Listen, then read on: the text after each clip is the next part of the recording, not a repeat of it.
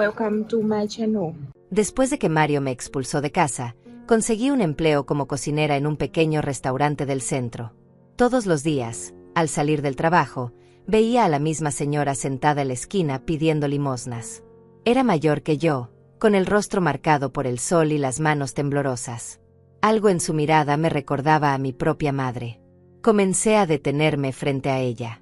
Le daba algunas monedas, a veces un pan que sobraba de la cocina. Nunca hablábamos mucho. Solo un gesto, una sonrisa cansada, y yo seguía mi camino hacia la pensión donde ahora vivía sola. Tenía 69 años cuando mi hijo me dijo que ya no había lugar para mí en esa casa. No levantó la voz. No hubo escándalo. Simplemente me miró desde el otro lado de la mesa y dijo que era momento de que yo buscara mi propio espacio. Que él tenía su vida, sus planes, y que yo debía entender. ¿Entender qué? No lo supe hasta mucho después. Recuerdo que guardé mis cosas en una bolsa vieja.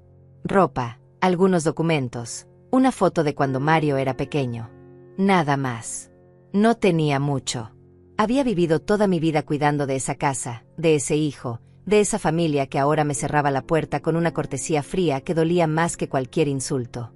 No lloré frente a él. No le di ese gusto. Salí con la frente en alto, aunque por dentro sentía que algo se quebraba. Era como caminar sobre vidrios descalza, pero sin dejar que nadie notara el dolor. La pensión donde encontré un cuarto era pequeña y oscura. Las paredes tenían manchas de humedad y el colchón crujía cada vez que me movía. Pero era lo que podía pagar con lo que me quedaba de la jubilación. Mario no me había dado nada. Ni siquiera se ofreció a ayudarme con el primer mes de renta. Pasé las primeras noches sin dormir, mirando el techo, preguntándome en qué momento todo había salido mal. Yo había sido una buena madre. Le había dado todo. Había trabajado hasta que mi cuerpo ya no daba más. Había renunciado a mis sueños, a mis deseos, para que él tuviera lo que yo nunca tuve. Y ahora estaba aquí, sola, vieja, invisible. Pero no podía quedarme quieta. No podía permitirme el lujo de hundirme en la tristeza. Necesitaba dinero. Necesitaba comer. Así que salí a buscar trabajo. Golpeé muchas puertas. En algunas ni siquiera me dejaban terminar de hablar. Ya no contratamos gente de su edad, me decían con una sonrisa incómoda. En otras, me miraban de arriba abajo y negaban con la cabeza antes de que yo dijera mi nombre. Hasta que llegué al restaurante de Don Jorge. Era un lugar modesto, con mesas de madera y manteles a cuadros. Olía a cebolla frita y a café recién hecho. Don Jorge era un hombre de unos 50 años, con el cabello gris y las manos grandes y callosas. Me miró en silencio cuando le dije que buscaba trabajo. ¿Sabe cocinar?, me preguntó. Toda mi vida he cocinado, respondí. Asintió. Empiece mañana. 6 de la mañana. No llegue tarde. No hubo contrato. No hubo papeles. Solo un apretón de manos y la promesa de un sueldo semanal. No era mucho, pero era suficiente para pagar la pensión y comprar algo de comida. Esa noche dormí un poco mejor. Tenía un propósito. Tenía algo que hacer. El trabajo en el restaurante era duro. Pasaba horas de pie, pelando papas, cortando verduras, revolviendo ollas enormes. Mis manos se llenaron de quemaduras pequeñas. Mis pies se hinchaban al final del día. Pero no me quejaba. No podía darme ese lujo. Los otros empleados eran jóvenes. Me miraban con curiosidad al principio, luego con indiferencia. Yo no hablaba mucho. Hacía mi trabajo y me iba. No buscaba amigos. No buscaba compasión. Fue en una de esas tardes, al salir del restaurante, cuando la vi por primera vez. Estaba sentada en la esquina, cerca de la parada del autobús. Tenía el cabello blanco y despeinado, la ropa sucia y rota. Frente a ella había una lata oxidada con algunas monedas. Pasé de largo la primera vez. No porque no quisiera ayudar, sino porque yo misma apenas tenía nada. Pero algo me hizo voltear. Quizás fue su mirada. Quizás fue el recuerdo de mi propia madre, que también había envejecido en silencio, esperando siempre que alguien la viera. Al día siguiente, me detuve frente a ella. Saqué algunas monedas de mi bolsillo y las dejé caer en la lata. Ella levantó la vista y me miró con ojos cansados. No dijo nada. Solo asintió levemente. Eso se convirtió en rutina. Todos los días, al salir del trabajo, me detenía frente a ella. A veces le daba dinero. Otras veces, un pedazo de pan que había guardado del restaurante. Nunca hablábamos. Solo ese intercambio silencioso de humanidad. Pasaron semanas. Luego meses. Mi vida se había reducido a eso: trabajar, caminar, dormir. No tenía noticias de Mario. No lo buscaba. No quería saber de él. Pero había algo que me inquietaba. Últimamente, cuando pasaba frente a la pensión, sentía que alguien me observaba. Una vez vi una sombra moverse detrás de una ventana. Otra vez, al subir las escaleras, escuché pasos que se alejaban rápidamente. Le resté importancia. Pensé que era mi imaginación, que la soledad me estaba jugando malas pasadas. Hasta que una tarde, al agacharme para entregarle unas monedas a la señora de la esquina, ella sujetó mi mano con fuerza. Sus dedos eran fríos y huesudos, pero su agarre era firme. Me miró directo a los ojos y dijo con voz ronca: «Has sido buena conmigo todos estos meses. Déjame devolverte el favor. No regreses a tu pensión hoy. Busca un hotel sencillo. Quédate ahí esta noche. Mañana por la mañana te contaré algo que cambiará tu vida». Me quedé paralizada. Su mirada era seria, urgente. No había locura en sus ojos. Solo certeza. «¿Por qué?», logré preguntar. Ella negó con la cabeza. «Confía en mí. Por favor». Solté su mano lentamente y me alejé, confundida. ¿Qué había querido decir? ¿Por qué no debía regresar a mi pensión? ¿Qué sabía ella que yo no? Caminé sin rumbo durante un rato, con el corazón acelerado. Parte de mí quería ignorar sus palabras. Pensé que quizás estaba senil, que había confundido las cosas. Pero otra parte de mí, la parte que había sentido esas miradas extrañas, esos pasos en la oscuridad, me decía que escuchara. Al final, decidí hacerle caso. Busqué un hotel barato cerca del centro. Pagué con lo poco que tenía ahorrado y subí a una habitación pequeña con una cama dura y una ventana que daba a un callejón. Me senté en el borde de la cama y miré mis manos. Estaban arrugadas, manchadas, cansadas. Toda mi vida había trabajado con estas manos. Había cocinado, limpiado, cuidado. Y ahora estaba aquí, en un hotel desconocido, siguiendo el consejo de una mujer que vivía en la calle. No dormí esa noche. Me quedé despierta, mirando el techo, esperando que amaneciera para saber qué era lo que esa mujer tenía que decirme.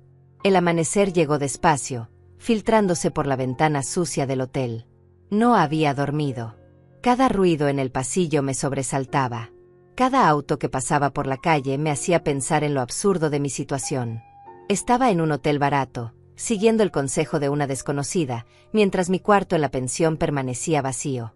Me levanté con el cuerpo adolorido. Me lavé la cara con agua fría y salí sin desayunar. No tenía hambre. Solo tenía preguntas. La señora seguía en su esquina. Como siempre. Como si no se hubiera movido en toda la noche. Pero cuando me vio llegar, sus ojos se iluminaron con algo parecido al alivio. «Hiciste bien en no regresar», dijo antes de que yo pudiera hablar. Me arrodillé frente a ella, sin importarme que la gente pasara a nuestro lado mirando con curiosidad. «¿Qué está pasando? ¿Qué sabe usted?». Ella miró alrededor, como asegurándose de que nadie nos escuchaba. Luego se inclinó hacia mí y habló en voz baja. «Vi a un hombre rondando tu pensión. Hace 2 días. Luego ayer en la tarde. Estaba mirando hacia tu ventana, esperando algo». El corazón me dio un vuelco. «¿Qué hombre?». «Alto. Pelo oscuro. Vestía bien, no como la gente de por aquí. Tenía una bolsa negra en la mano». Hizo una pausa. «Se parecía a ti. En los ojos. En la forma de la boca». Me quedé sin aire. «Mario, ¿estás segura?», pregunté, aunque ya sabía la respuesta. Ella asintió. «Yo vivo aquí, en esta esquina. Nadie me ve, pero yo lo veo todo. Ese hombre no venía a visitarte. Venía a hacer algo. Y no era nada bueno». Me temblaban las manos. Quise decir que se equivocaba, que Mario nunca haría algo así. Pero las palabras no salieron. porque en el fondo, algo en mí ya lo sabía. Había sentido su frialdad. Había visto su indiferencia. Y ahora esto. Gracias, logré decir. Gracias por avisarme. Ella tocó mi brazo con suavidad. Tú me has dado de comer cuando nadie más lo hacía. Era lo menos que podía hacer. Me alejé de ella aturdida. Mis piernas apenas me sostenían. Caminé sin rumbo durante un rato, tratando de procesar lo que acababa de escuchar. Mario había estado en la pensión, buscándome, esperándome. ¿Por qué? Pasé frente al restaurante, pero no entré. No podía trabajar en ese estado. Don Jorge me vería la cara y sabría que algo andaba mal. Necesitaba pensar. Necesitaba entender. Fui hasta una plaza cercana y me senté en una banca. Había palomas picoteando el suelo y niños jugando a lo lejos. Todo parecía tan normal, tan ajeno a lo que yo estaba sintiendo. Pensé en Mario, en el niño que había sido. Recordé cuando tenía 5 años y se enfermó de fiebre alta. Pasé 3 noches en vela cuidándolo, poniendo paños fríos en su frente, rezando para que se recuperara.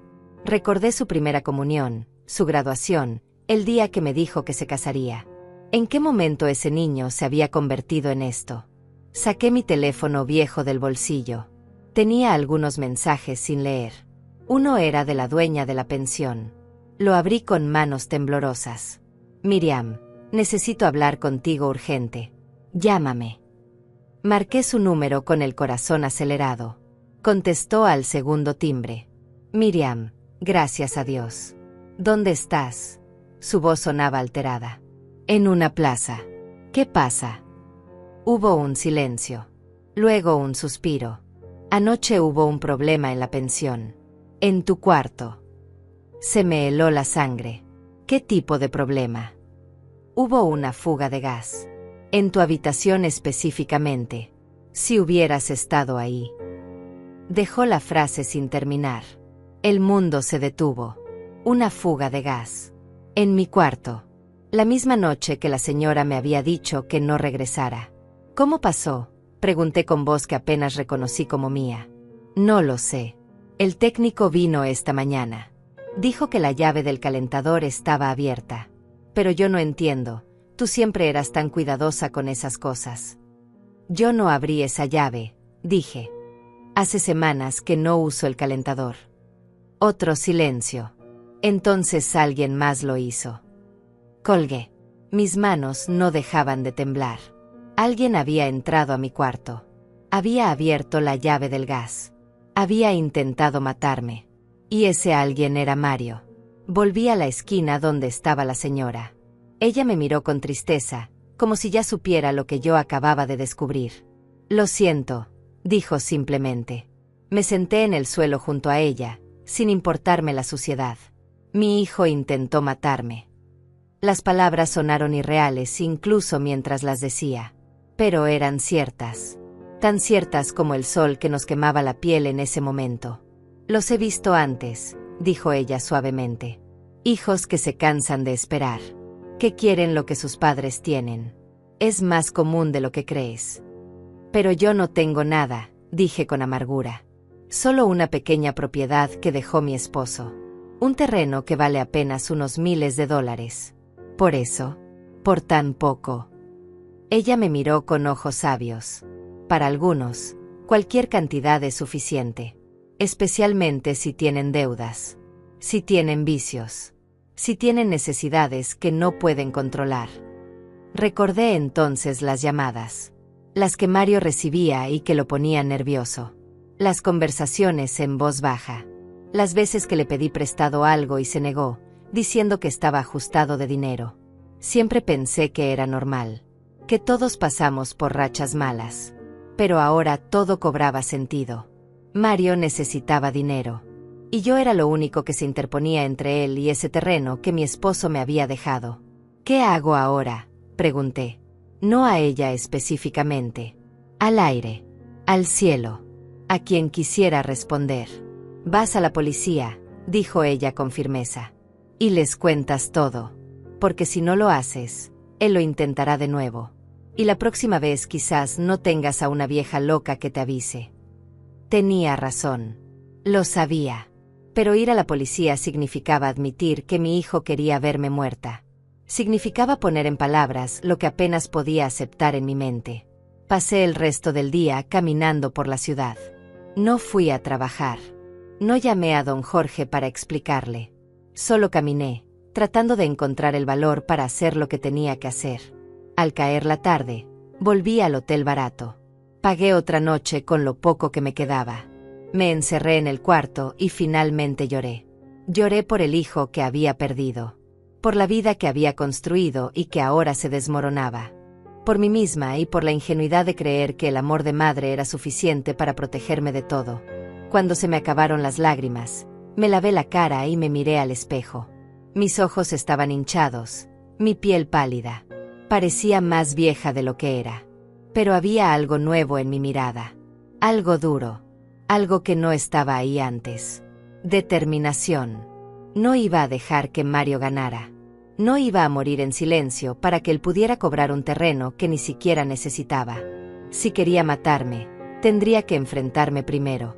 A la mañana siguiente, busqué la comisaría más cercana. Era un edificio viejo con pintura descascarada. Entré con paso firme, aunque por dentro temblaba. Un oficial joven me recibió en el mostrador. ¿En qué puedo ayudarla, señora? Respiré hondo.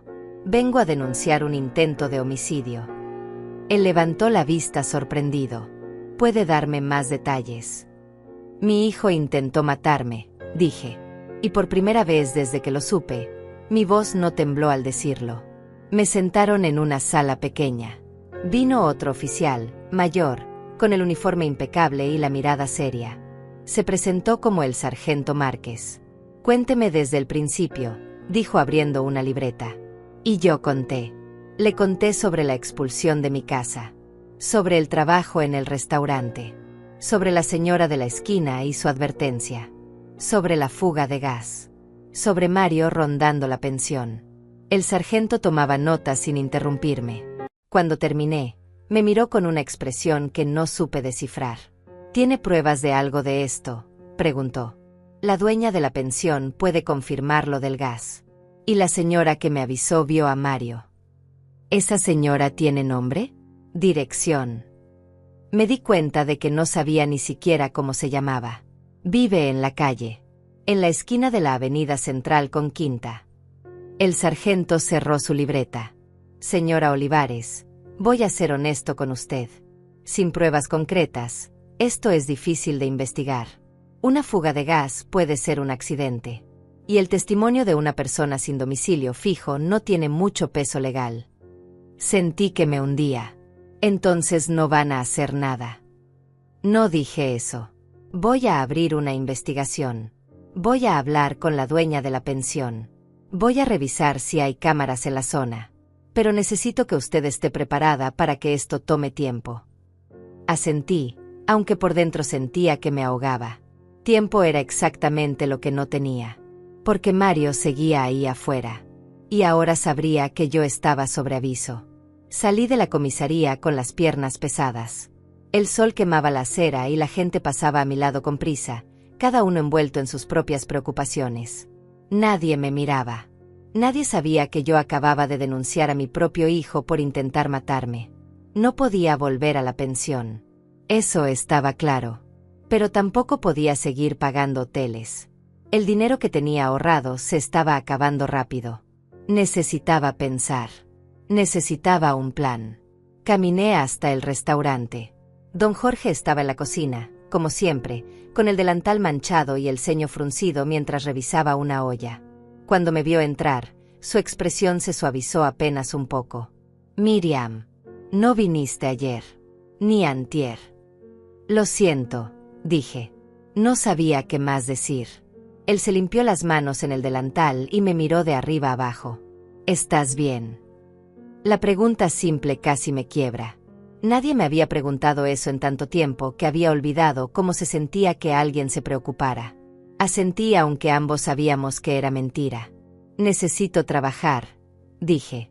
Por favor. Necesito el dinero. Don Jorge suspiró. Está bien. Pero si te pasa algo, si necesitas ayuda, ¿Me lo dices? De acuerdo. Asentí de nuevo y me puse el delantal. El trabajo me ayudó a no pensar. Pelé papas hasta que mis manos dolieron. Corté cebollas hasta que las lágrimas que caían podían ser confundidas con las que provocaba el picor. Lavé platos hasta que el agua caliente me enrojeció la piel. Al final del día, don Jorge me pagó la semana completa aunque había faltado 2 días. No dije nada. Solo tomé el dinero y lo guardé en mi bolsillo con cuidado. Cuando salí, busqué a la señora en su esquina. Necesitaba hablar con alguien. Necesitaba que alguien entendiera por lo que estaba pasando. Pero ese día no estaba ahí. Su lugar estaba vacío, solo quedaba la lata oxidada volcada en el suelo. Me invadió un miedo súbito. ¿Y si algo le había pasado? ¿Y si Mario había descubierto que ella me había advertido? Caminé por las calles cercanas buscándola, preguntando a otros indigentes si la habían visto. Nadie sabía nada. Nadie recordaba haberla visto. Volví al hotel con el pecho apretado. Subí a mi cuarto y me senté en la cama, mirando el teléfono. Tenía 3 llamadas perdidas. Las 3 de un número que conocía muy bien. Mario. No había dejado mensajes de voz. Solo las llamadas. Insistentes. Como si supiera que yo estaba evitándolo. Me acosté sin cenar. El hambre era un dolor sordo en mi estómago, pero no tenía fuerzas para salir a buscar comida. Cerré los ojos y traté de dormir, pero cada ruido me sobresaltaba. Cada paso en el pasillo me hacía contener la respiración.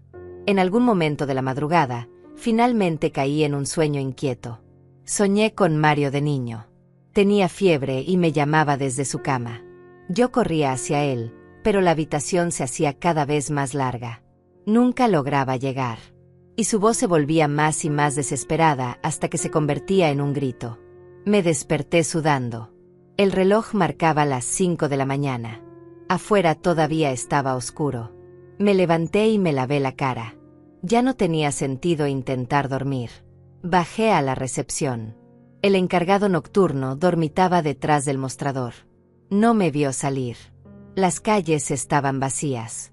Solo algunos trabajadores madrugadores caminaban hacia sus empleos. Llegué a la esquina donde siempre estaba la señora, esperando encontrarla ahí. Pero seguía vacía. Me senté en el suelo, en el mismo lugar donde ella solía estar, y esperé. No sabía qué más hacer. El cielo comenzó a aclararse lentamente, pintándose de tonos grises y naranjas. La ciudad despertaba a mi alrededor. Fue entonces cuando la vi. Venía caminando despacio por la acera, arrastrando los pies, con una bolsa de plástico en la mano. Cuando me vio sentada en su lugar, se detuvo sorprendida. «¿Qué haces aquí tan temprano?», preguntó. Me puse de pie rápido. Pensé que algo le había pasado. No estuvo aquí ayer. Ella sonrió con cansancio. Hay un albergue que abre los jueves. Sirven comida caliente. Fui ahí. Levantó la bolsa. Me dieron ropa limpia. Sentí un alivio enorme. Fui a la policía. Les conté todo. Su expresión se volvió seria. ¿Y qué dijeron? Que van a investigar. Pero que necesitan pruebas. Que sin pruebas no pueden hacer mucho. Ella asintió lentamente. Así funciona siempre. Los pobres necesitamos pruebas. Los ricos solo necesitan palabras. Nos quedamos en silencio. Yo no sabía si Mario era rico, pero definitivamente tenía más que yo. Tenía contactos. Tenía una casa. Tenía una vida que yo había ayudado a construir y de la cual ahora estaba completamente excluida. «¿Qué vas a hacer?», me preguntó. «No lo sé», admití. «No puedo volver a la pensión. No puedo seguir pagando hoteles. Y no tengo a dónde ir». Ella me miró con esos ojos que habían visto demasiado. «Hay un refugio para mujeres. En la calle Séptima. No es bonito, pero es seguro. Puedes quedarte ahí mientras resuelves las cosas». La idea de ir a un refugio me revolvió el estómago. Yo había trabajado toda mi vida. Había tenido una casa, una familia, una vida normal. Y ahora estaba considerando ir a un refugio como si fuera una indigente más. Pero eso era exactamente lo que era ahora, ¿no? Una mujer sin hogar. Una mujer cuyo propio hijo quería verla muerta. Gracias, dije. Voy a pensarlo. Fui al restaurante directo desde ahí.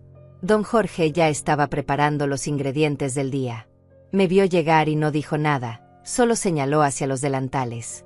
Trabajé toda la mañana en silencio, agradecida por la distracción. Durante mi descanso del mediodía, salí a tomar aire. Me senté en el callejón detrás del restaurante, donde se acumulaban las cajas de verduras vacías. Saqué el teléfono y me quedé mirando las llamadas perdidas de Mario. Parte de mí quería contestarle. Quería confrontarlo. Preguntarle por qué. Preguntarle cómo había llegado a esto. Pero otra parte de mí sabía que eso solo lo pondría en alerta. Si él sospechaba que yo sabía algo, podría actuar más rápido. Podría ser más cuidadoso. El teléfono sonó en mi mano. Era él de nuevo. Esta vez, antes de que pudiera pensar mucho, contesté. Mamá, su voz sonaba aliviada. Por fin contestas. He estado preocupado. La mentira era tan descarada que casi me hace reír. Preocupado. Sí. Te he estado llamando. ¿Dónde estás? ¿Por qué no estás en la pensión? Así que ya lo sabía. Probablemente había ido a buscarme y la dueña le había dicho que yo no había dormido ahí. Estoy con una amiga, mentí. Necesitaba un cambio de aires. Hubo una pausa. ¿Qué amiga? Yo pensaba que no conocías a nadie aquí. Conocí gente en el trabajo, dije, manteniendo mi voz firme. ¿Por qué tanto interés, Mario? Pensé que ya no quería saber nada de mí. No es así, mamá. Solo quería que tuvieras tu espacio. Pero sigues siendo mi madre. Me preocupo por ti. Las palabras eran correctas, pero el tono estaba vacío. Era como escuchar a un actor recitando un guión mal escrito. Tengo que colgar, dije. Estoy trabajando. Espera. Necesito hablar contigo sobre una cosa. Sobre los papeles del terreno de papá. Hay unos documentos que necesito que firmes. Es para renovar los impuestos. ¿Puedes venir a casa este fin de semana? Ahí estaba. La verdadera razón de su llamada. Los papeles. El terreno. La herencia que valía más que mi vida. No puedo este fin de semana, dije. Estoy ocupada. Es importante, mamá. Si no renovamos los impuestos, podemos perder la propiedad. Entonces piérdela, dije antes de colgar. Mis manos temblaban. El corazón me latía tan fuerte que podía sentirlo en las sienes. Había sido más directa de lo que pretendía. Ahora él sabría que algo andaba mal. Volví adentro. Don Jorge me miró preocupado, pero no preguntó nada. Terminé mi turno en piloto automático, con la mente en otro lugar. Cuando salí, busqué la dirección que la señora me había dado. El refugio estaba en un edificio gris de 2 pisos. Había una fila de mujeres esperando afuera. Algunas con niños. Otras solas como yo. Me paré al final de la fila. Una trabajadora social con portapapeles iba anotando nombres. Cuando llegó mi turno, me miró con cansancio profesional. Nombre y edad. Miriam Olivares. 69 años. Ella escribió sin mirarme. Situación de violencia doméstica. Dudé. ¿Contaba esto como violencia doméstica? Mi hijo. Me echó de casa. Ella levantó la vista por primera vez. Algo en mi cara debe haberle dicho que había más en esa historia. Puede pasar. Hay una cama disponible esta noche. Me dieron una sábana limpia y me mostraron un cuarto grande con literas. Había otras mujeres ahí, algunas jóvenes, otras de mi edad. Todas con la misma mirada perdida. Todas tratando de entender cómo habían llegado ahí. Guardé mis pocas pertenencias bajo la cama que me asignaron y me senté en el colchón delgado. Esto era mi vida ahora. Un refugio. Una cama prestada. Ningún lugar al cual llamar hogar. Pero al menos estaba viva. Y mientras estuviera viva, podía luchar. Pasé 5 noches en el refugio. 5 noches escuchando el llanto de bebés, las conversaciones susurradas de mujeres que no podían dormir, el crujir de las literas cada vez que alguien se movía. El lugar olía a detergente barato y a desesperación acumulada. Durante el día trabajaba en el restaurante. Don Jorge había notado mi cansancio, pero no preguntaba. Yo agradecía su silencio. No tenía fuerzas para explicar cómo una mujer de 69 años había terminado durmiendo en un refugio para personas sin hogar. El sexto día, cuando llegué al trabajo, don Jorge me esperaba en la puerta trasera. Tenía el ceño fruncido y los brazos cruzados. «Necesito hablar contigo», dijo. El corazón me dio un vuelco. ¿Me iba a despedir? No podía perder este trabajo. Era lo único estable que tenía. «Ven conmigo», dijo, y me llevó a su pequeña oficina al fondo del restaurante. Era un cuarto estrecho con un escritorio viejo y paredes llenas de recibos clavados con tachuelas. Se sentó y me señaló la otra silla. «Siéntate». Obedecí, con las manos apretadas en mi regazo. «Una mujer vino ayer preguntando por ti», dijo. «Joven. Bien vestida. Dijo que era tu nuera». Se me congeló la sangre. ¿Qué quería? Preguntar dónde vivías. Dijo que tu hijo estaba preocupado porque no contestabas el teléfono. Que querían asegurarse de que estuvieras bien. ¿Qué le dijiste? Que no sabía. Que tú venías a trabajar y te ibas. Nada más. Me miró directo a los ojos. «Miriam, estás en problemas». Las palabras se me atascaron en la garganta. Quise decir que no, que todo estaba bien. Pero mi rostro me delató. Don Jorge suspiró. «No sé qué está pasando y no voy a obligarte a contarme». Pero esa mujer no parecía preocupada. Parecía estar cazando. Tenía razón. Mario me estaba buscando. Y ahora estaba usando a su esposa para rastrearme. «Gracias por no decirle nada», logré decir. «Ten cuidado», dijo don Jorge. «Y si necesitas algo, aunque sea solo alguien que sepa dónde estás por si pasa algo, me lo dices». Asentí y salí de la oficina con las piernas temblorosas. Trabajé el resto del día mirando constantemente hacia la puerta, esperando ver a la esposa de Mario aparecer en cualquier momento. Esa tarde, cuando salí del restaurante, fui directo a la esquina donde siempre estaba la señora. Necesitaba hablar con alguien. Necesitaba desahogarme antes de explotar. Ella estaba ahí, sentada en su lugar de siempre, con la lata frente a ella.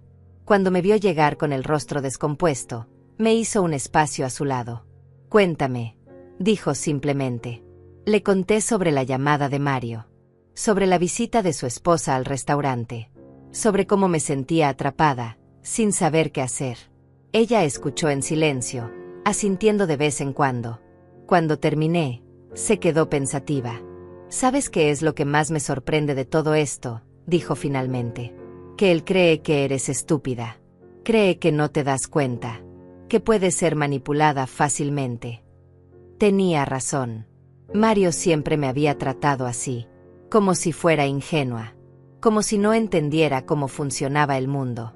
«Usa eso a tu favor», continuó ella. «Deja que piense que tiene el control. Mientras tanto, tú preparas tu defensa». «¿Qué defensa? No tengo nada. Ni siquiera pruebas de lo que hizo». Ella me miró con esa sabiduría que solo da vivir en la calle. «Las pruebas están ahí. Solo hay que saber dónde buscar. La dueña de tu pensión puede testificar sobre el gas. El técnico que revisó la instalación tiene un reporte. Y yo vi a tu hijo esa noche. El policía dijo que su testimonio no cuenta mucho porque usted no tiene domicilio fijo». «Entonces hay que darme uno», dijo ella con una sonrisa triste. «O conseguir algo más que me haga creíble». No entendía a qué se refería hasta 2 días después. Era viernes por la mañana. Llegué al restaurante temprano, como siempre. Pero cuando entré por la puerta trasera, encontré a don Jorge hablando con un hombre de uniforme. No era un policía regular. Era el sargento Márquez. Mi primer instinto fue salir corriendo. Pero don Jorge me vio y me hizo señas para que me acercara. «Señora Olivares», dijo el sargento. «Necesito hablar con usted». El pánico me apretó el pecho. ¿Pasó algo? Sí y no. Podemos hablar en privado. Don Jorge nos prestó su oficina. El sargento cerró la puerta y sacó una carpeta manila. «He estado investigando su caso», dijo. «Y encontré algunas cosas interesantes». Abrió la carpeta y me mostró unos papeles. Eran estados de cuenta bancarios. Tardé un momento en darme cuenta de que eran de Mario. ¿Cómo consiguió esto?, pregunté. Tengo mis métodos, dijo vagamente. Mire aquí. Su hijo tiene deudas considerables. Préstamos que no ha pagado. Tarjetas de crédito al límite. Y hace 3 meses, sacó un préstamo usando como garantía el terreno que su esposo le dejó a usted. Me quedé sin aire. ¿Puede hacer eso? El terreno está a mi nombre. No si falsificó su firma. Y eso es exactamente lo que creo que pasó. Me mostró otro papel. Esta es la escritura que presentó al banco. Esta es su firma. Miré el documento. La firma se parecía a la mía, pero no era exacta. Los trazos eran diferentes. Más firmes.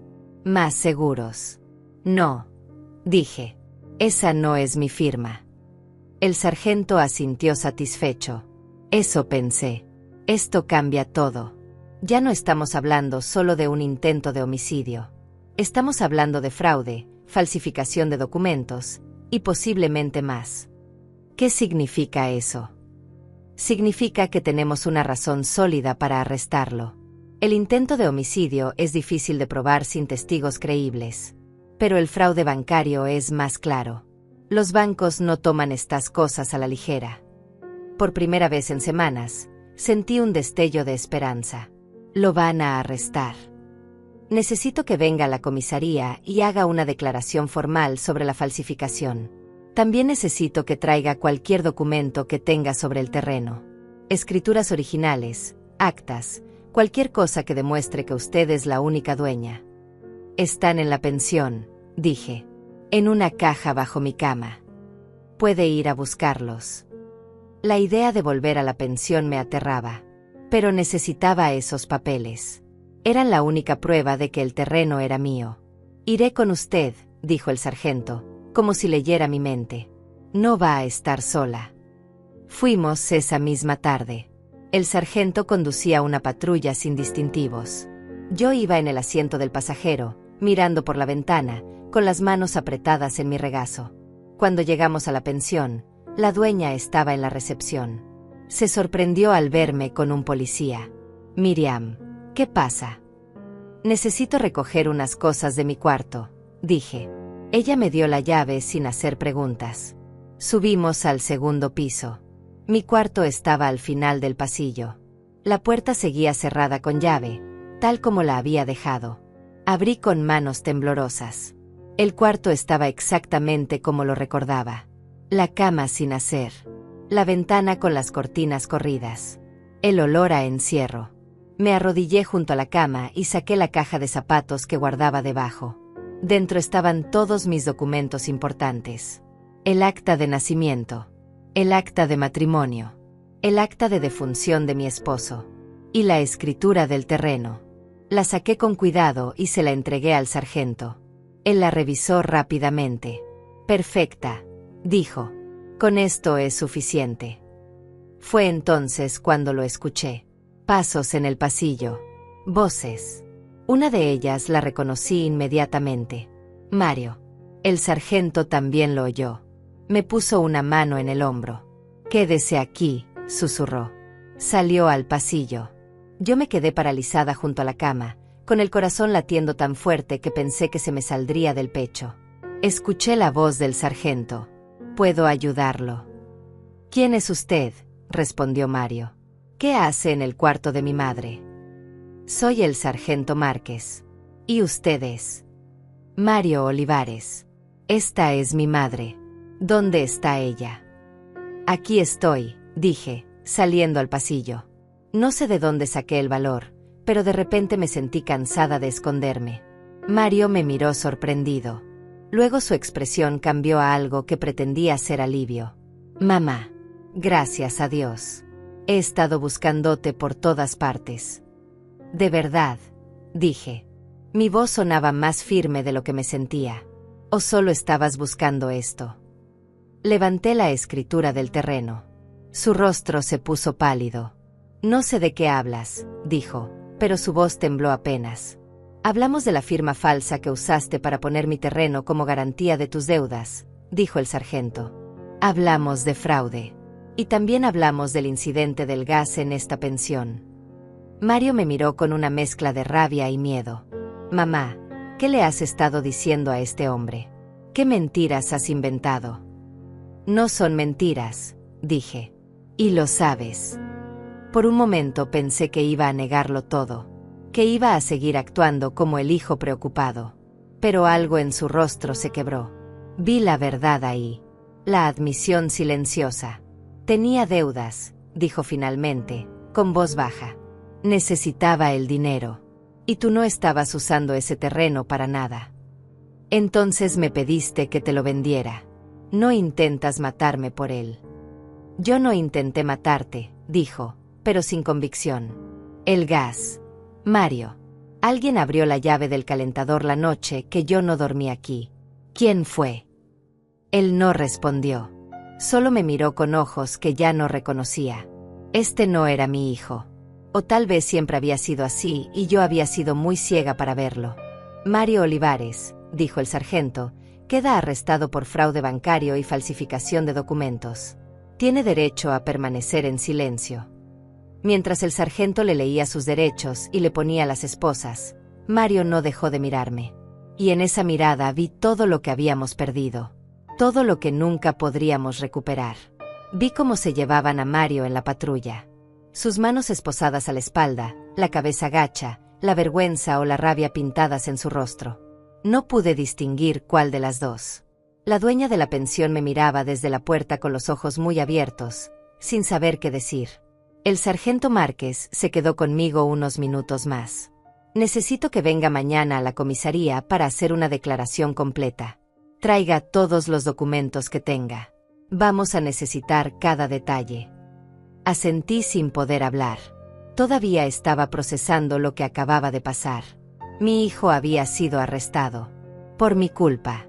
O por la suya. Ya ni siquiera sabía cómo pensarlo. Esa noche no volví al refugio.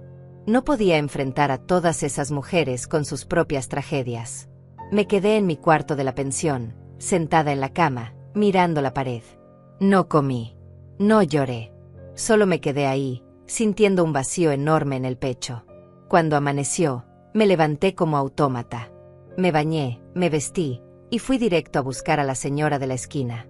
Necesitaba contarle lo que había pasado. Necesitaba que alguien me dijera que había hecho lo correcto. Pero cuando llegué a su lugar, encontré algo inesperado. Ella estaba ahí, pero no estaba sola. Había un hombre joven con ella, arrodillado a su lado, hablándole con suavidad. Tenía una mochila y una cámara colgando del cuello. Me acerqué despacio. La señora me vio y sonrió con cansancio. Miriam, dijo, ven. Quiero que conozcas a alguien. El joven se puso de pie y me extendió la mano. Mucho gusto. Me llamo Josué. Soy periodista. Le estreché la mano con desconfianza. Periodista. Estoy haciendo un reportaje sobre las personas sin hogar en la ciudad, explicó. Hilda me ha estado contando su historia. Y también la tuya. Miré a la señora, ahora sabiendo por fin su nombre. Hilda. ¿Le contaste sobre mí? Ella asintió. Le conté todo. Sobre tu hijo. Sobre el gas. Sobre cómo me ayudabas todos los días sin conocerme. No entiendo, dije. ¿Por qué? Josué sacó una libreta. Porque historias como la suya necesitan ser contadas. La gente cree que las personas en la calle son invisibles. Que no ven nada. Que no importan. Pero Hilda vio lo que estaba pasando. Y su testimonio puede ser crucial para tu caso. El sargento dijo que su testimonio no tenía peso porque no tiene domicilio fijo, dije con amargura. Por eso estoy aquí, dijo Josué. Si puedo documentar su historia, si puedo mostrar que Hilda es una persona real con una mente lúcida que fue testigo de un crimen, su testimonio cobra más valor. Además, la exposición mediática podría presionar a las autoridades para que tomen el caso más en serio. No sabía qué pensar. Parte de mí quería mantener todo esto privado, lejos de los ojos del público. Pero otra parte sabía que Josué tenía razón. Mario tenía recursos, contactos.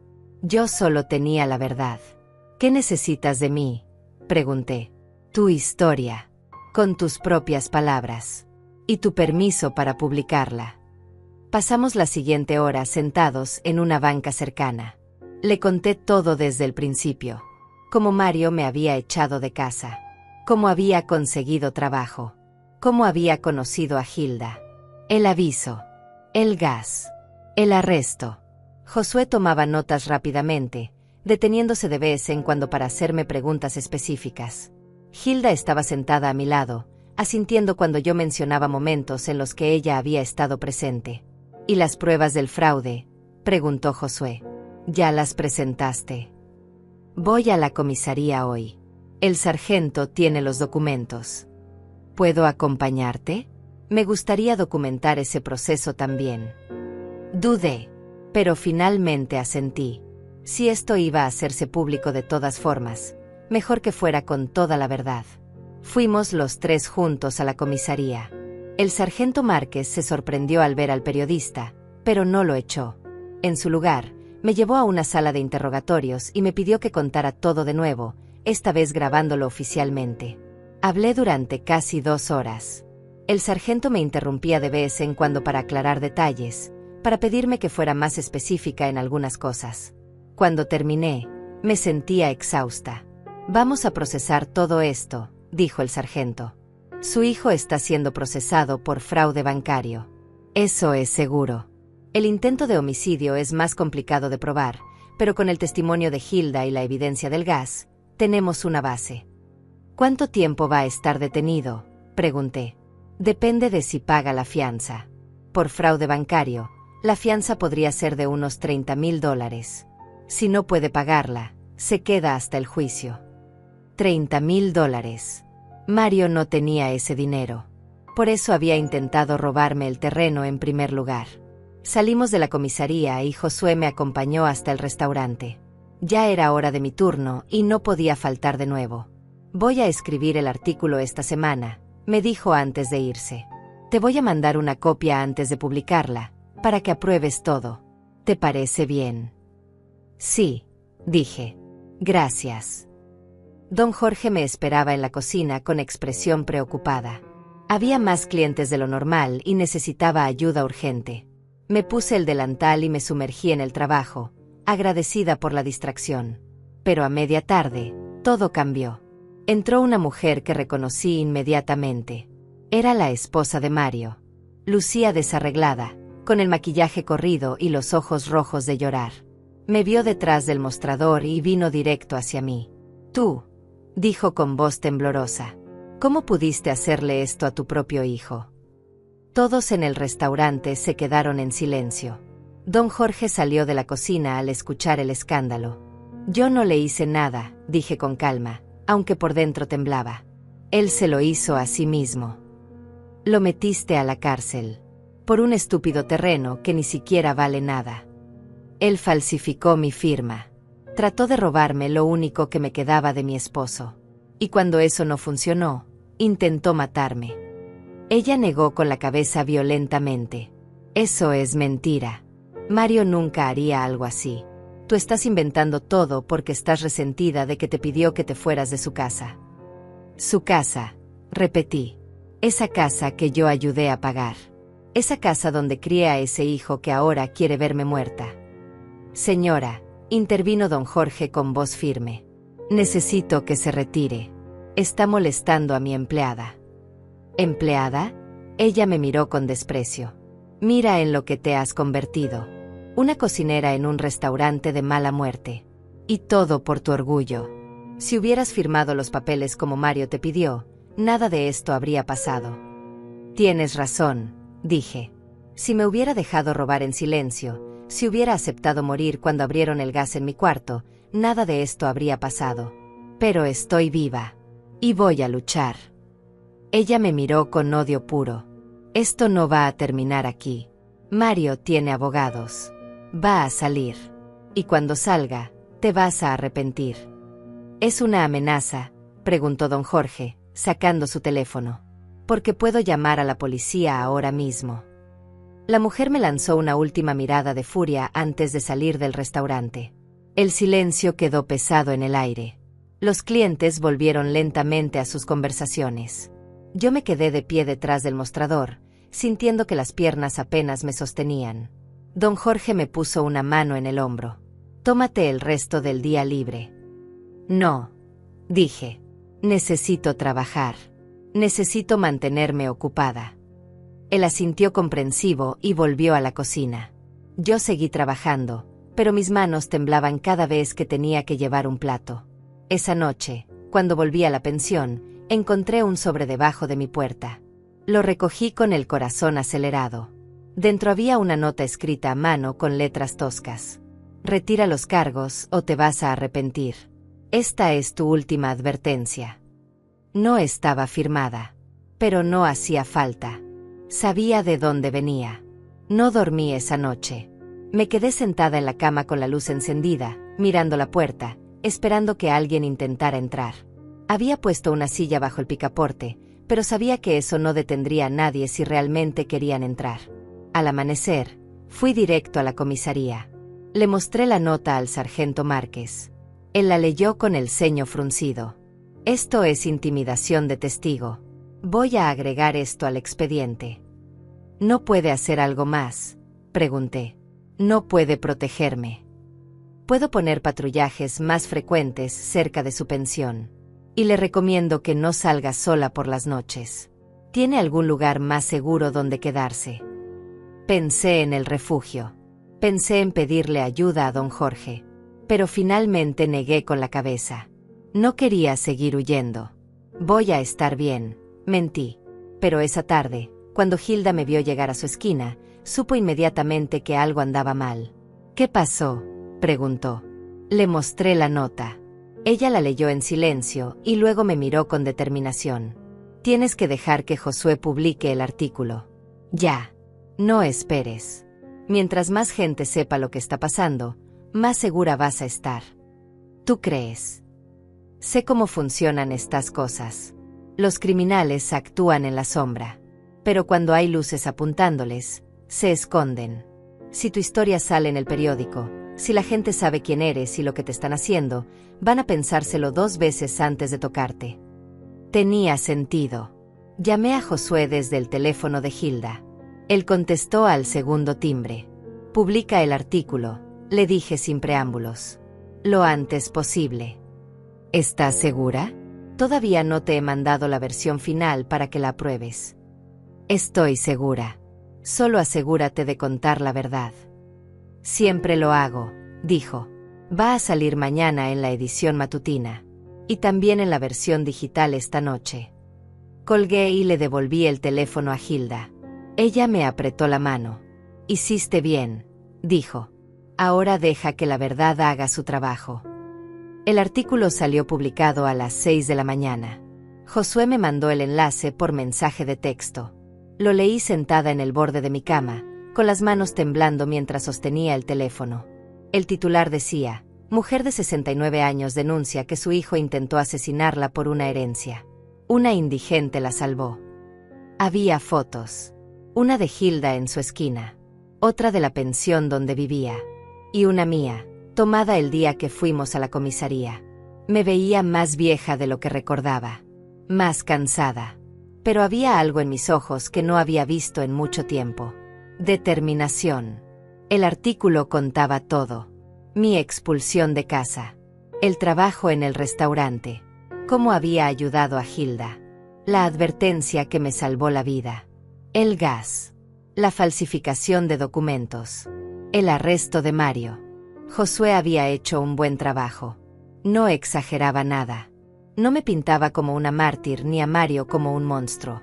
Solo contaba los hechos, dejando que la historia hablara por sí misma. Al final del artículo, había una cita mía que yo ni siquiera recordaba haber dicho: «No quiero venganza. Solo quiero justicia. Y quiero que otras madres sepan que no están solas si sus propios hijos las traicionan». Cerré el teléfono y me quedé sentada en silencio. Ahora todo el mundo sabría mi historia. No habría vuelta atrás. Cuando llegué al restaurante, don Jorge ya había leído el artículo. Me miró con una mezcla de compasión y respeto. Lo siento, dijo. No sabía que las cosas habían llegado tan lejos. Nadie lo sabía, respondí. Ni siquiera yo misma quería admitirlo. Durante toda la mañana, los clientes del restaurante me miraban diferente. Algunos con lástima, otros con curiosidad, unos pocos con admiración. Una señora mayor se me acercó al final de su comida. Leí tu historia, dijo en voz baja. Mi hijo también me hizo algo parecido. Nunca tuve el valor de denunciarlo. Pero tú sí. Gracias por eso. Se fue antes de que pudiera responderle, dejándome con un nudo en la garganta. A media tarde, recibí una llamada de un número desconocido. Contesté con precaución. ¿Señora Olivares? Soy la licenciada Teresa Vega. Soy abogada. Leí su historia en el periódico y me gustaría ofrecerle mis servicios de forma gratuita. Me quedé sin palabras. ¿Por qué haría eso? Porque casos como el suyo necesitan visibilidad. Porque el abuso familiar de hijos hacia padres ancianos es más común de lo que la gente cree. Y porque nadie debería tener que enfrentar esto sola. Acepté reunirme con ella esa misma tarde. Su oficina estaba en un edificio modesto del centro. Era una mujer de unos 40 años, con el cabello recogido en un moño y una mirada inteligente. Vamos a repasar todo desde el principio, dijo, abriendo una carpeta nueva. Necesito cada detalle, cada documento, cada prueba que tenga. Pasamos 2 horas revisando mi caso. Ella tomaba notas meticulosamente, deteniéndose de vez en cuando para hacerme preguntas específicas. El fraude bancario es sólido, dijo finalmente. Tenemos la firma falsa, tenemos su testimonio, tenemos los documentos originales. Eso es seguro. El intento de homicidio es más complicado, pero no imposible. El testimonio de Hilda es crucial. Y el hecho de que el gas se abrió específicamente en su cuarto la noche que usted no estuvo ahí es muy sospechoso. ¿Qué pasa ahora? Ahora esperamos el proceso legal. Su hijo tiene derecho a un abogado y a defenderse. Habrá una audiencia preliminar en unos días para determinar si hay suficientes pruebas para ir a juicio. Yo voy a estar ahí representándola. Salí de su oficina sintiéndome un poco más fuerte. Por primera vez en mucho tiempo, sentía que alguien estaba de mi lado. Que no estaba completamente sola en esto. Cuando pasé por la esquina de Hilda, la encontré rodeada de gente. Me acerqué preocupada, pero entonces vi que no era nada malo. Eran personas que habían leído el artículo y querían ayudarla. Alguien le había traído comida. Otro, una manta nueva. Una mujer le estaba ofreciendo un lugar en un albergue decente. Hilda me vio y sonrió. Mira lo que tu historia ha provocado. Nuestra historia, la corregí. Esa noche, mientras cenaba un pedazo de pan en mi cuarto, recibí otra llamada. Esta vez era el sargento Márquez. Señora Olivares, necesito informarle que su hijo pagó la fianza esta mañana. El corazón me dio un vuelco. ¿Cómo? Pensé que no tenía dinero. Al parecer, su esposa pidió prestado a unos familiares. Él salió bajo condiciones estrictas. No puede acercarse a usted. No puede salir de la ciudad. Y tiene que presentarse cada semana en la comisaría. Pero está libre. Por ahora, sí. Hasta el juicio. Colgué con las manos temblorosas. Mario estaba libre. Ahí afuera. En algún lugar de la ciudad. Y aunque tenía una orden de alejamiento, eso era solo un papel. Si realmente quería hacerme daño, un papel no lo detendría. No pude dormir esa noche. Cada ruido me sobresaltaba. Cada sombra que pasaba frente a mi ventana me hacía contener la respiración. Puse la silla bajo el picaporte de nuevo y dejé la luz encendida. A las 3 de la mañana, escuché pasos en el pasillo. Se detuvieron frente a mi puerta. Mi corazón latía tan fuerte que pensé que quien estuviera afuera podría escucharlo. Esperé. Los segundos se sintieron como horas. Luego escuché el sonido de algo deslizándose por debajo de la puerta. Esperé varios minutos antes de atreverme a moverme. Cuando finalmente fui a revisar, encontré otro sobre. Lo abrí con manos temblorosas. Dentro había una foto. Era de mí saliendo del restaurante. Alguien me había estado siguiendo. Alguien me había estado fotografiando. Y en la foto, con marcador rojo, habían dibujado una X sobre mi rostro. No había mensaje. No hacía falta. La amenaza era clara. Al amanecer, volví a la comisaría. El sargento Márquez vio la foto y su expresión se endureció. Esto es violación de la orden de alejamiento. Voy a mandarlo a arrestar de nuevo. ¿Y si no fue él? ¿Y si fue alguien más? ¿Quién más querría amenazarla? Pensé en la esposa de Mario, en sus palabras furiosas en el restaurante, en su mirada de odio. Su esposa vino al restaurante hace unos días. Me amenazó. El sargento anotó eso. Vamos a investigar a ambos. Mientras tanto, le recomiendo que busque un lugar más seguro donde quedarse. ¿Tiene algún familiar? ¿Algún amigo? Negué con la cabeza. No tenía a nadie. Solo a Hilda, que vivía en la calle. Y a don Jorge, que ya había hecho suficiente por mí. El refugio entonces, dije con resignación. Pero cuando llegué al refugio esa tarde, me dijeron que no había camas disponibles. Estaba lleno. Podía volver a intentar al día siguiente, pero no me garantizaban nada. Me quedé parada en la calle, con mi bolsa en la mano, sin saber qué hacer. El sol comenzaba a ocultarse. Pronto sería de noche. Y yo no tenía dónde dormir. Fue entonces cuando vi a don Jorge acercándose. Había venido a buscarme. Hilda me llamó, dijo. Me contó lo que pasó. Y vine a ofrecerte algo. Tengo un cuarto pequeño arriba del restaurante. Lo uso para guardar cosas, pero podemos limpiarlo.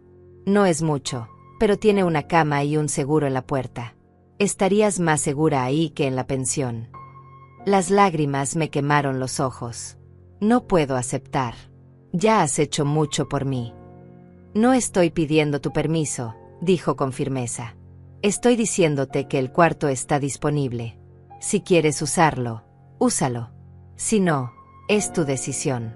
Pero no voy a dejar que una de mis empleadas duerma en la calle cuando tengo un espacio disponible. Acepté. No porque quisiera abusar de su bondad, sino porque no tenía otra opción. Y porque, en el fondo, necesitaba sentirme segura aunque fuera por una noche. El cuarto arriba del restaurante era pequeño, como había dicho. Tenía una cama individual, un armario viejo, y una ventana que daba a un callejón. Pero la puerta tenía un cerrojo fuerte y las paredes eran gruesas. Aquí, al menos, podría escuchar si alguien intentaba entrar. Don Jorge me ayudó a subir mis pocas pertenencias. El baño está abajo, en el restaurante. Puedes usarlo cuando quieras. Y hay comida en la cocina. No te quedes con hambre. Gracias. Fue todo lo que pude decir. Las palabras no alcanzaban para expresar lo que sentía. Esa noche dormí mejor que en semanas. No porque la cama fuera cómoda o porque el lugar fuera bonito, sino porque por primera vez en mucho tiempo, me sentía segura. A la mañana siguiente, llegó una noticia inesperada. El sargento Márquez había arrestado a la esposa de Mario. La habían encontrado cerca de la pensión la noche anterior, con una cámara en la mano. Ella había sido quien me estaba siguiendo. Ella había tomado la foto. Dice que solo quería asustarte, me explicó el sargento por teléfono. Que no iba a hacerte daño de verdad. Pero eso no importa. Intimidación de testigo es un delito grave. Va a pasar unos días detenida mientras procesamos los cargos. Colgué sintiendo una mezcla extraña de alivio y tristeza. La esposa de Mario no era mala persona. Solo estaba desesperada, tratando de salvar a su esposo. Pero sus acciones habían cruzado una línea. El juicio preliminar estaba programado para la semana siguiente.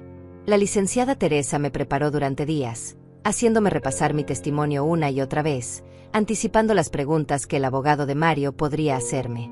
Van a tratar de pintarte como una madre resentida, me advirtió. Van a decir que inventaste todo porque estabas enojada de que te pidió que te fueras de su casa. Tienes que mantener la calma. Tienes que ceñirte a los hechos. Practiqué mi testimonio hasta que las palabras se sintieron mecánicas. Pero sabía que era necesario. El juicio no se ganaría con emociones. Se ganaría con pruebas. El día del juicio preliminar llegó como una tormenta que se ve venir, pero que igual te golpea con fuerza. Me desperté temprano, antes de que amaneciera, y me quedé sentada en el borde de la cama mirando la ropa que había preparado la noche anterior. Un vestido sencillo de color gris. Zapatos gastados pero limpios. Era lo mejor que tenía. La licenciada Teresa pasó a recogerme al restaurante a las 7 de la mañana. Llevaba un maletín de cuero y una expresión seria. ¿Lista?, me preguntó. No lo estaba, pero asentí de todas formas. El tribunal era un edificio viejo con pasillos oscuros y olor a papeles antiguos. Había gente esperando en las bancas afuera de las salas. Familias enteras. Abogados con trajes caros hablando en voz baja. Todo me parecía intimidante y ajeno. Entramos a la sala. Era más pequeña de lo que había imaginado. Había bancas de madera, un estrado donde estaría el juez, y 2 mesas frente a frente para los abogados. En una de ellas vi a Mario sentado junto a su abogado. Llevaba un traje que yo no conocía. Debía haberlo comprado especialmente para esto. O tal vez lo había tenido guardado todo este tiempo. No me miró cuando entré. Mantuvo la vista al frente, como si yo no existiera. Me senté detrás de la mesa de la licenciada Teresa. Hilda estaba sentada en las bancas del público. Me saludó con un gesto discreto. También estaba Josué, el periodista, con su libreta. Y don Jorge, que había cerrado el restaurante por la mañana para acompañarme. El juez entró y todos nos pusimos de pie. Era un hombre mayor, de unos 60 años, con el cabello completamente blanco y anteojos gruesos. Se sentó y comenzó a revisar los documentos frente a él.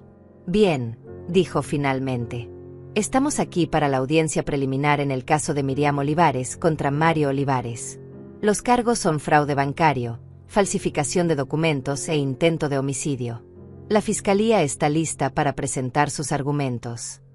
La licenciada Teresa se puso de pie. Sí, su señoría. Durante la siguiente hora, ella presentó todas las pruebas. La firma falsificada en los documentos del banco. Los estados de cuenta de Mario mostrando sus deudas. El reporte del técnico sobre la fuga de gas en mi cuarto. El testimonio de la dueña de la pensión. Todo estaba ahí, organizado y claro. Luego fue mi turno de testificar. Subí al estrado con las piernas temblorosas. Juré decir la verdad con la mano sobre una Biblia gastada. Y comencé a contar mi historia. Hablé sobre cómo Mario me había pedido que me fuera de su casa. Sobre cómo había encontrado trabajo en el restaurante. Sobre mis conversaciones con Hilda. Sobre la noche que ella me advirtió que no regresara a la pensión. Sobre el gas. El abogado de Mario me interrumpió varias veces con objeciones. Eso es especulación, su señoría. La testigo está asumiendo intenciones que no puede probar. La licenciada Teresa respondía a cada objeción con calma profesional. Cuando terminó mi testimonio, fue el turno del abogado de Mario de interrogarme. Era un hombre joven, de unos 30 años, con traje impecable y sonrisa ensayada. Señora Olivares, comenzó con tono suave. ¿Es cierto que usted y su hijo tuvieron desacuerdos sobre el manejo de sus finanzas? No, respondí. Él nunca me consultó sobre mis finanzas. Pero usted estaba al tanto de que él tenía problemas económicos. Me enteré después, cuando falsificó mi firma. ¿No es posible que usted malinterpretó la situación? ¿Que su hijo necesitaba ayuda y usted, en su situación vulnerable, se sintió atacada? No malinterpreté nada, dije con firmeza. Mi hijo falsificó mi firma para usar mi propiedad como garantía de sus deudas. Y cuando eso no fue suficiente, intentó matarme con una fuga de gas. Eso es una acusación muy grave. ¿Tiene alguna prueba directa de que su hijo abrió la llave del gas? El testimonio de Hilda. Ella lo vio rondando mi pensión esa noche. El abogado sonrió. Ah, sí. Hilda. Una mujer sin domicilio fijo. Sin identificación verificable. Sin antecedentes que podamos consultar. ¿Realmente espera que este tribunal acepte el testimonio de alguien cuya identidad ni siquiera podemos confirmar? Hilda me salvó la vida, dije. Y su testimonio es tan válido como el de cualquier otra persona. Su señoría, intervino la licenciada Teresa. La credibilidad de un testigo no se determina por su situación habitacional. El juez asintió. Continúe. Letrado. El interrogatorio siguió durante otra media hora. El abogado de Mario intentó desacreditar cada parte de mi historia. Insinuó que yo estaba inventando cosas por despecho, que estaba confundida por mi edad, que había malinterpretado las intenciones de mi hijo. Pero yo mantuve la calma. Respondí cada pregunta con la verdad. No me dejé intimidar. Cuando finalmente terminó mi testimonio, regresé a mi asiento temblando. La licenciada Teresa me apretó la mano. «Lo hiciste bien», susurró. Luego fue el turno de Hilda. Subió al estrado con su ropa donada, limpia pero gastada. Juró decir la verdad y comenzó a testificar. Habló sobre cómo me había conocido, sobre las veces que le di comida y dinero, sobre la noche que vio a Mario rondando mi pensión con una bolsa en la mano. Su voz era clara y su memoria precisa. El abogado de Mario intentó desacreditarla también. ¿Cómo puede estar segura de que era mi cliente? ¿Tiene alguna foto? No necesito foto, respondió Hilda con dignidad. Tengo ojos. Y vi a ese hombre ahí sentado merodeando donde no debía estar. Cuando terminaron los testimonios, el juez tomó un receso. Salimos al pasillo a esperar. La licenciada Teresa parecía optimista. El fraude es sólido, me dijo. Eso va a juicio seguro. El intento de homicidio es más difícil de probar, pero presentamos un caso fuerte. Media hora después, volvimos a entrar. El juez tenía su decisión lista. Después de revisar las pruebas presentadas, dijo: «Considero que hay causa probable para proceder con los cargos de fraude bancario y falsificación de documentos. En cuanto al cargo de intento de homicidio, aunque las pruebas son circunstanciales, hay suficientes elementos sospechosos para meritar una investigación más profunda.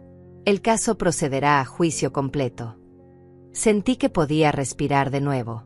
Mario seguiría enfrentando los cargos. La justicia seguiría su curso. Los meses que siguieron fueron los más extraños de mi vida. Mientras esperábamos la fecha del juicio completo, mi rutina se volvió una mezcla extraña de normalidad y tensión constante. Trabajaba en el restaurante durante el día. Dormía en el cuarto arriba de la cocina por las noches. Y cada semana me reunía con la licenciada Teresa para preparar mi testimonio final. Pero algo había cambiado en mí. Ya no era solo la mujer que había sido expulsada de su casa.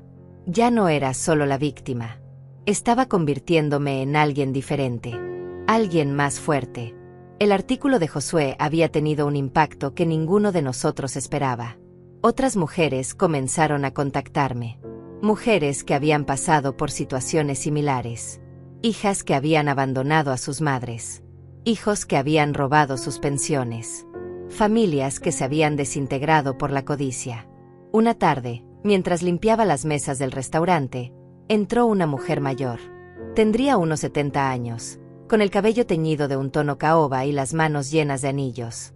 Se sentó en una mesa del rincón y esperó a que yo me acercara. «Miriam Olivares», preguntó cuando llegué con el menú. «Sí», respondí con cautela. «Leí tu historia. Mi nombre es Alma Duarte. Y vine a ofrecerte algo». Se presentó como directora de una organización que ayudaba a personas mayores en situaciones de abuso familiar. «Queremos que des charlas», me explicó. «Que cuentes tu historia. Que ayudes a otras mujeres a reconocer las señales de abuso antes de que sea demasiado tarde». La idea me abrumaba. No soy buena hablando en público. «No necesitas ser buena», dijo Alma con suavidad. «Solo necesitas ser honesta. Tu historia tiene poder. Puedes salvar vidas». Acepté pensarlo. Y mientras más lo pensaba, más sentido tenía. Si mi sufrimiento podía servir para ayudar a otros, entonces no había sido en vano. Mi primera charla fue en un centro comunitario pequeño. Había unas 20 mujeres sentadas en sillas plegables, todas mayores de 60 años, todas con historias escritas en sus rostros cansados. Me temblaban las manos cuando me paré frente a ellas. «Mi nombre es Miriam Olivares», comencé. «Y mi hijo intentó matarme por un terreno que vale $20,000. El silencio en la sala era absoluto. Y entonces comencé a contar. Les conté todo. No omití nada. El dolor, la vergüenza, el miedo. Pero también les conté sobre la esperanza, sobre Hilda, sobre la gente que me había ayudado cuando más lo necesitaba. Cuando terminé, varias mujeres tenían lágrimas en los ojos. Una de ellas levantó la mano. Mi hija hace lo mismo, dijo con voz quebrada. Me pide dinero constantemente. Me amenaza si no se lo doy. Pensé que era mi culpa, que yo había hecho algo mal. No es tu culpa, le dije. Y no estás sola. Después de esa charla, vinieron más. Hablé en iglesias, en centros de día para ancianos, en grupos de apoyo. Cada vez era más fácil. Cada vez sentía que mi historia servía para algo más grande que yo misma. Mientras tanto, Hilda también estaba cambiando. La exposición del artículo le había traído ayuda inesperada. Una organización sin fines de lucro le había conseguido un lugar en un albergue permanente. Ya no dormía en la calle. Tenía una cama, un techo, 3 comidas al día. Pero lo más importante era que habíamos creado un vínculo. Nos veíamos casi todos los días. A veces ella venía al restaurante y don Jorge le daba comida gratis. Otras veces yo iba al albergue a visitarla. Hablábamos de todo y de nada. Ella me contaba historias de su vida antes de quedar en la calle. Yo le contaba mis miedos sobre el juicio que se acercaba. ¿Sabes qué es lo más extraño de todo esto?, le dije una tarde mientras tomábamos café en el albergue. Que mi hijo me expulsó de su vida, pero encontré una familia nueva. Tú, don Jorge, la licenciada Teresa, incluso Josué. Todos se han convertido en la familia que nunca pensé que tendría. Hilda sonrió. A veces Dios cierra puertas para que encontremos ventanas. O en nuestro caso, para que encontremos esquinas de calle. Reímos juntas. Era la primera vez en meses que podía reír de verdad. El juicio estaba programado para principios de diciembre. 2 semanas antes, la licenciada Teresa me llamó con noticias. El abogado de Mario quiere hacer un trato, me dijo. Está ofreciendo declararse culpable del fraude bancario a cambio de que retires el cargo de intento de homicidio. ¿Qué significa eso? Significa que iría a prisión por el fraude. Probablemente entre 3 y 5 años. Pero no enfrentaría cargos por intentar matarte. Es una sentencia más corta. ¿Y tú qué opinas? Hubo una pausa. Opino que el cargo de intento de homicidio es difícil de probar. Tenemos evidencia circunstancial fuerte, pero no tenemos una confesión o un testigo directo que lo viera abrir la llave del gas. Un jurado podría dudar. Aceptar el trato garantiza que vaya a prisión. Rechazarlo es un riesgo. ¿Cuánto tiempo tengo para decidir? Hasta mañana. Pasé esa noche sin dormir. Caminaba de un lado a otro en mi pequeño cuarto, pensando en todas las opciones. Parte de mí quería rechazar el trato. Quería que Mario enfrentara todos los cargos.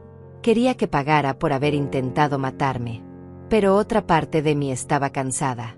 Cansada de pelear. Cansada de revivir el dolor una y otra vez. 3 años en prisión eran suficientes para que entendiera las consecuencias de sus actos. 5 años. Aún más. A la mañana siguiente, llamé a la licenciada Teresa. Acepto el trato, le dije. Pero con una condición. Quiero que renuncie a cualquier derecho sobre el terreno. Que firme documentos legales, cediendo cualquier reclamación futura sobre mi propiedad. Y quiero una orden de alejamiento permanente. No quiero que se me acerque nunca más, ni siquiera cuando salga de prisión. Puedo arreglar eso, dijo ella. Déjamelo a mí. El trato se cerró 3 días después. Mario se declaró culpable de fraude bancario y falsificación de documentos. Firmó los papeles renunciando a cualquier derecho sobre mi propiedad. La jueza le impuso una sentencia de 4 años de prisión, sin posibilidad de libertad condicional hasta cumplir al menos 2 años. No fui a la audiencia de sentencia. No quería ver su rostro cuando escuchara el veredicto. La licenciada Teresa fue en mi representación y me llamó después para darme la noticia. Se acabó, me dijo. Ya puedes seguir adelante con tu vida. Pero seguir adelante no era tan simple como sonaba. Los meses que siguieron fueron de ajuste, de sanar, de aprender a vivir sin el peso constante del miedo. Don Jorge me ofreció un trabajo permanente en el restaurante con un salario decente. Ya no eres solo una empleada temporal, me dijo. Eres parte de este lugar. Y quiero que te quedes. Acepté con gratitud. El restaurante se había convertido en mi refugio, en mi hogar. También comencé a reconstruir mi vida financiera. Con la ayuda de la licenciada Teresa, conseguí vender el terreno que mi esposo me había dejado. No valía mucho, como Mario había dicho. Solo $23,000. Pero era suficiente para empezar de nuevo. Usé parte del dinero para rentar un apartamento pequeño. Solo un cuarto, una cocina diminuta y un baño. Pero era mío. Nadie podía echarme de ahí. Nadie podía decirme que no había lugar para mí. Con otra parte del dinero, ayudé a Hilda. Le compré ropa nueva, zapatos, un abrigo grueso para el invierno. Le pagué un tratamiento dental que necesitaba urgentemente. No era caridad. Era gratitud. Ella me había salvado la vida. Lo menos que podía hacer era ayudarla a mejorar la suya. No tenías que hacer esto, me dijo cuando le entregué las bolsas con sus cosas nuevas. Sí tenía que hacerlo, respondí. Tú me diste una segunda oportunidad. Déjame devolverte el favor. Las charlas que daba en centros comunitarios comenzaron a multiplicarse. Alma Duarte, la directora de la organización, me había incorporado oficialmente como voluntaria. Ahora viajaba por la ciudad dando conferencias sobre abuso familiar hacia personas mayores. Cada vez que contaba mi historia, veía rostros que se reconocían en ella. Mujeres que asentían con lágrimas en los ojos. Hombres que admitían haber pasado por situaciones similares. Y siempre, al final, alguien se acercaba a darme las gracias. Tu historia me dio el valor para denunciar a mi hijo, me dijo una mujer después de una charla. Gracias a ti, mi madre finalmente aceptó que lo que le estaba pasando no era normal, me dijo otra. Cada agradecimiento era un recordatorio de que mi sufrimiento no había sido inútil, que algo bueno había salido de todo ese dolor. Un año después del arresto de Mario, Josué publicó un artículo de seguimiento. Un año después, cómo Miriam Olivares reconstruyó su vida tras la traición familiar. El artículo hablaba sobre mi trabajo en el restaurante, mis charlas, mi amistad con Hilda, sobre cómo había convertido mi tragedia en una misión. La respuesta fue abrumadora. Recibí cartas de todo el país. Algunas eran de mujeres agradeciéndome por darles voz. Otras eran de hijos arrepentidos que habían leído mi historia y se habían dado cuenta del daño que estaban causando a sus propios padres. Una carta en particular me hizo llorar. Era de una mujer joven que había estado considerando echar a su madre de su casa por problemas de espacio. Después de leer mi historia, había decidido buscar otra solución. No quiero ser como el hijo de Miriam, escribió. No quiero que mi madre termine como ella. Gracias por abrirme los ojos. Guardé esa carta en un cajón junto a otras que había recibido. En los días difíciles, cuando el recuerdo del dolor era demasiado fuerte, las sacaba y las releía. Me recordaban por qué había decidido hacer pública mi historia. ¿Por qué había decidido seguir luchando? Han pasado 2 años desde que Mario fue a prisión. 2 años en los que mi vida ha cambiado de maneras que nunca imaginé posibles. Me despierto cada mañana en mi pequeño apartamento, preparo café en mi cocina diminuta, y miro por la ventana hacia la ciudad que casi me destruye pero que finalmente me dio una segunda oportunidad. El restaurante de Don Jorge sigue siendo mi refugio diario. Ahora soy la encargada de la cocina. Él dice que mi comida tiene un sabor especial, que la gente viene específicamente por mis guisos. No sé si es verdad o solo su manera de hacerme sentir valiosa. Pero me gusta creerle. Don Jorge se ha convertido en algo más que un jefe. Es el hermano que nunca tuve. El amigo que apareció cuando más lo necesitaba. A veces, en las tardes tranquilas, nos sentamos en la cocina a tomar café y él me cuenta historias de su juventud. Yo le cuento las mías. Y nos reímos de cómo la vida tiene formas extrañas de poner a las personas correctas en tu camino justo cuando estás a punto de rendirte. Hilda sigue viviendo en el albergue. Pero ya no pasa sus días sentada en una esquina. Ahora trabaja como voluntaria en un comedor comunitario. Ayuda a servir comida a otras personas sin hogar. Dice que es su manera de devolver lo que otros le dieron cuando ella más lo necesitaba. Nos vemos al menos 3 veces por semana. A veces voy a visitarla al albergue. Otras veces ella viene al restaurante y cenamos juntas después de que cierro. Hablamos de todo. De nuestras vidas pasadas, de nuestros miedos, de nuestros sueños para el futuro. Ella es la hermana que elegí. La familia que construí con mis propias manos. ¿Sabías que hoy hace exactamente 2 años que te di esa advertencia? Me dijo hace unos días mientras compartíamos un plato de arroz con pollo en el restaurante vacío. No lo sabía. Pero al pensarlo, me di cuenta de cuánto había cambiado desde aquella noche. La mujer que aceptó no volver a su pensión por el consejo de una desconocida ya no existe. En su lugar hay alguien más fuerte. Alguien que sabe que la bondad no es debilidad y que pedir ayuda no es vergüenza. Mis charlas en centros comunitarios se han expandido. Ahora viajo a otras ciudades. La organización de Alma Duarte me paga un pequeño estipendio por cada conferencia. No es mucho, pero sumado a mi salario del restaurante, es suficiente para vivir con dignidad. Cada vez que subo a un estrado y veo esos rostros cansados mirándome con esperanza, recuerdo por qué hago esto. No es solo por mí. Es por todas las mujeres que están pasando por lo que yo pasé. Por todas las madres que se sienten invisibles, desechables, sin valor. Ustedes no son una carga, les digo siempre. Ustedes son seres humanos con dignidad, con derechos, con historias que merecen ser contadas. Y si alguien, incluso si es su propia familia, las hace sentir menos que eso, entonces ese alguien está equivocado. No ustedes. Después de cada charla, se forman filas de mujeres queriendo hablar conmigo. Algunas solo quieren darme un abrazo. Otras necesitan consejos sobre cómo denunciar a sus familiares abusivos. Algunas simplemente necesitan que alguien las escuche. Me quedo con cada una el tiempo que necesite. Porque yo sé lo que se siente estar sola. Sé lo que se siente que nadie te escuche. Y si puedo darles aunque sea 10 minutos de atención, de validación, de compañía, lo hago. He recibido 2 cartas de Mario desde que está en prisión. La primera llegó hace 1 año. Era corta, fría, llena de justificaciones. No era mi intención lastimarte, decía. Solo estaba desesperado. Espero que puedas perdonarme algún día. No la respondí. La segunda carta llegó hace 3 meses. Era diferente, más honesta, más quebrada. Hablaba de cómo había tenido tiempo para pensar en prisión. Sobre cómo finalmente entendía la magnitud de lo que había hecho. Sobre cómo vivía con la culpa todos los días. No espero tu perdón, escribió al final. No lo merezco. Solo quiero que sepas que lo siento. De verdad lo siento. Y que si pudiera regresar el tiempo y hacer las cosas diferentes, lo haría. Guardé esa carta en el mismo cajón donde guardo las otras. Las de las mujeres que agradecen mi historia. Las de los hijos arrepentidos. Todas juntas, recordándome que la vida es compleja. Que las personas pueden ser buenas y malas al mismo tiempo. Que el perdón no siempre es posible, pero entender sí.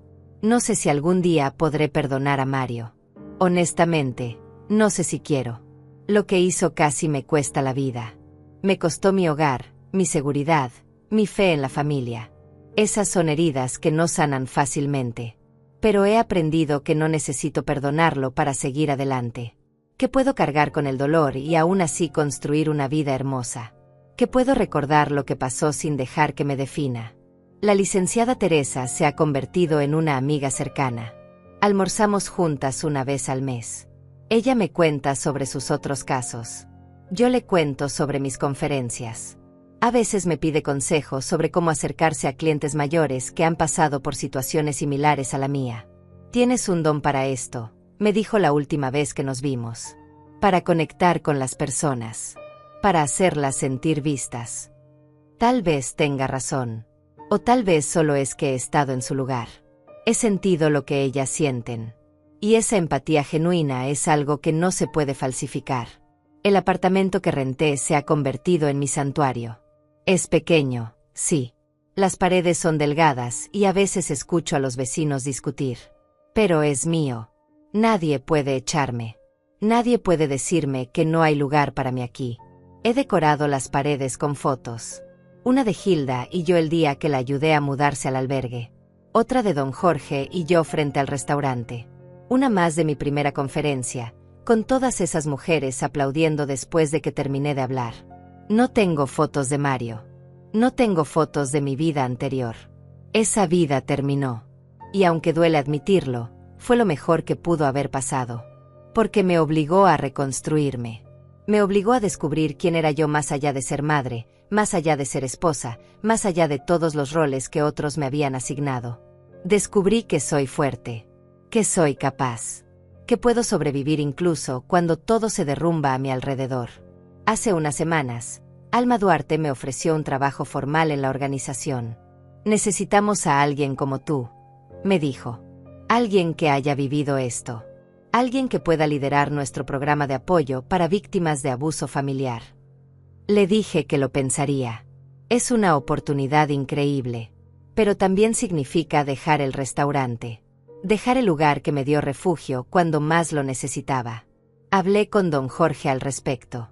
Esperaba que se molestara, que me dijera que lo estaba abandonando, pero en cambio, sonrió.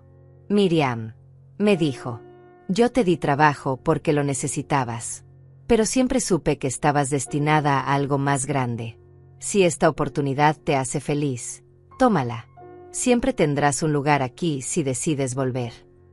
Sus palabras me hicieron llorar, porque confirmaron algo que había empezado a entender, que las personas buenas existen, que la bondad no es una debilidad, que ayudar a otros sin esperar nada a cambio es lo que nos hace humanos. Acepté el trabajo. Comienzo el próximo mes. Voy a liderar un equipo de trabajadores sociales y voluntarios que ayudan a personas mayores en situaciones de abuso. Voy a diseñar programas. Voy a dar capacitaciones. Voy a seguir dando conferencias, pero ahora como parte oficial de mi trabajo. Es aterrador y emocionante al mismo tiempo. Ayer, mientras caminaba de regreso a mi apartamento después del trabajo, pasé por la esquina donde solía sentarse Hilda. Ya no hay nadie ahí. Pero me detuve de todas formas. Me quedé parada en ese lugar, recordando. Recordé la primera vez que le di unas monedas. Recordé todas las veces que nos miramos en silencio, dos mujeres invisibles para el mundo, pero visibles la una para la otra. Recordé la noche que me agarró la mano y me dijo que no volviera a mi pensión. Esa advertencia me salvó la vida. Pero más que eso, cambió el curso de mi existencia. Me llevó por un camino que nunca habría elegido, pero que ahora no cambiaría por nada. Porque sí, perdí a mi hijo. Perdí mi hogar. Perdí la vida que conocía. Pero gané algo mucho más valioso. Gané mi dignidad. Gané mi voz. Gané la certeza de que soy más fuerte de lo que nunca imaginé. Y gané una familia nueva.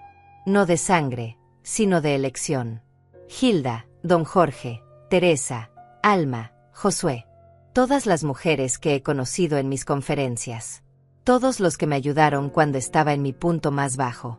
Esta mañana, mientras tomaba café en mi apartamento, recibí un mensaje de Hilda.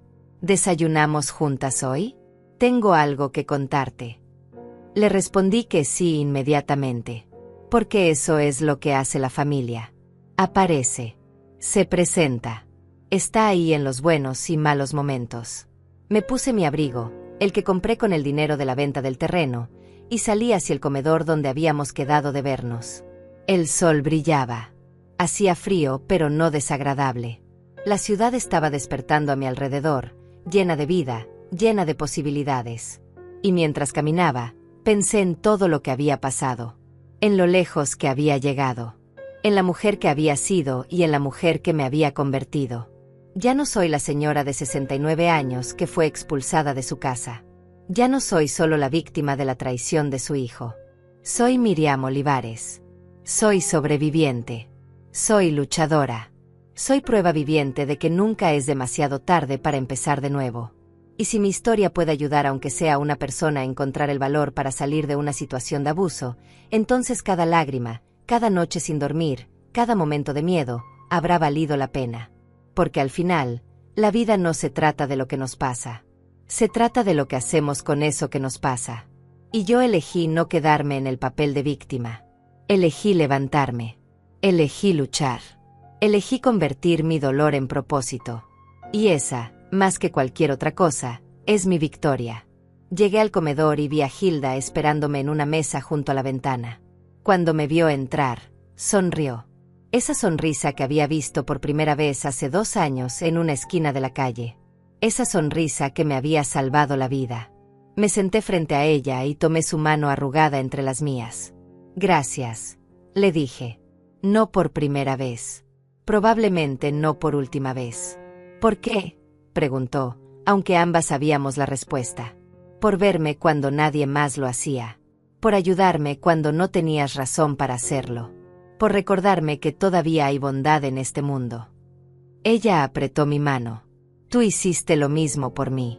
Nos salvamos la una a la otra. Y tenía razón. Porque eso es lo que hacen las personas que se encuentran en medio de la oscuridad. Se aferran. Se sostienen.